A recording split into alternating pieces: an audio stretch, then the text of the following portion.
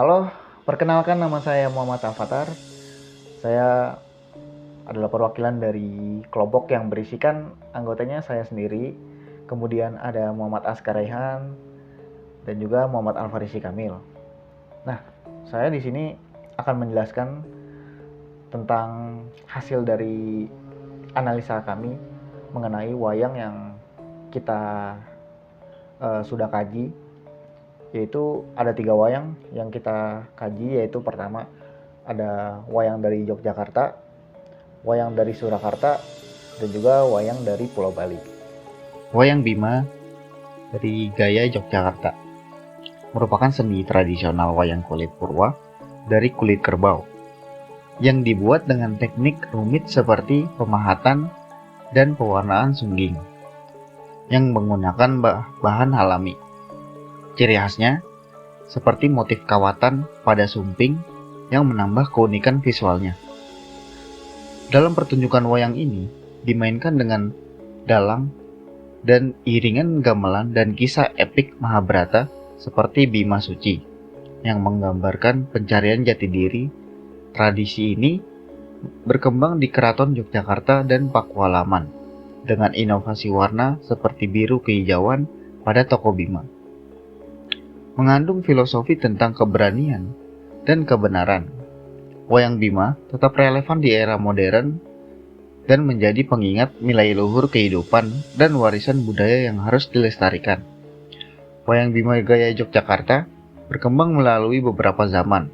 Pertama, zaman kerajaan pada masa Keraton Yogyakarta. Kedua, zaman kolonial sebagai hiburan dan simbol identitas budaya. Ketiga, zaman kemerdekaan. Dan terakhir, zaman modern yang mengalami inovasi visual dan digitalisasi.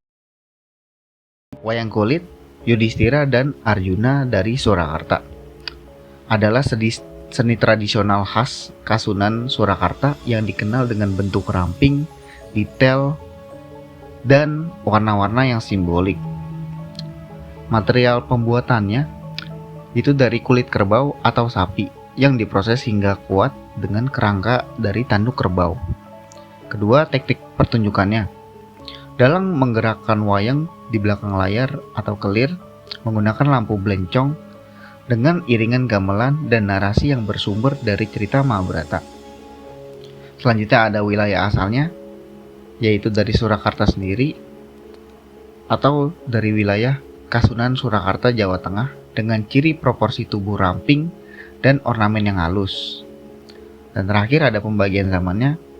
Pertama ada zaman Kartasura yang memiliki bentuk lebih besar dan juga gagah.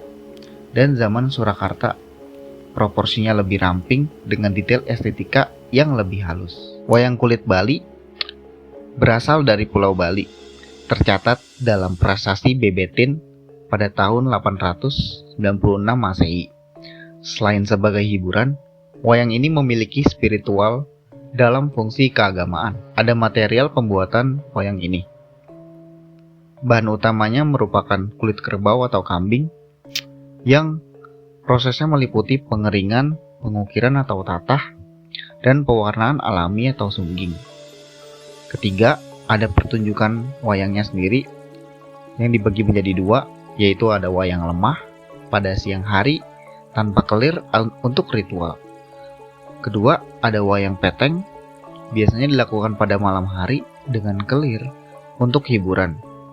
Biasanya dalam mengendalikan wayang diiringi gamelan dan efek suara menggunakan cepala. Dan terakhir ada pembagian zaman, dibagi menjadi 3 zaman, yaitu ada zaman kuno yang berfungsi sebagai ritual, masa kejayaan berkembang pesat pada era raja dalam Watu Renggong. Dan terakhir ada era modern yang menjadi media edukasi, hiburan, dan wisata. Terima kasih telah menonton video kami. Mudah-mudahan informasi yang kami bagikan tadi bisa bermanfaat untuk masa depan dan mungkin bisa dibagikan kepada orang yang mungkin tidak mengenal wayang. Semoga video ini bermanfaat. Terima kasih. Wassalamualaikum warahmatullahi wabarakatuh.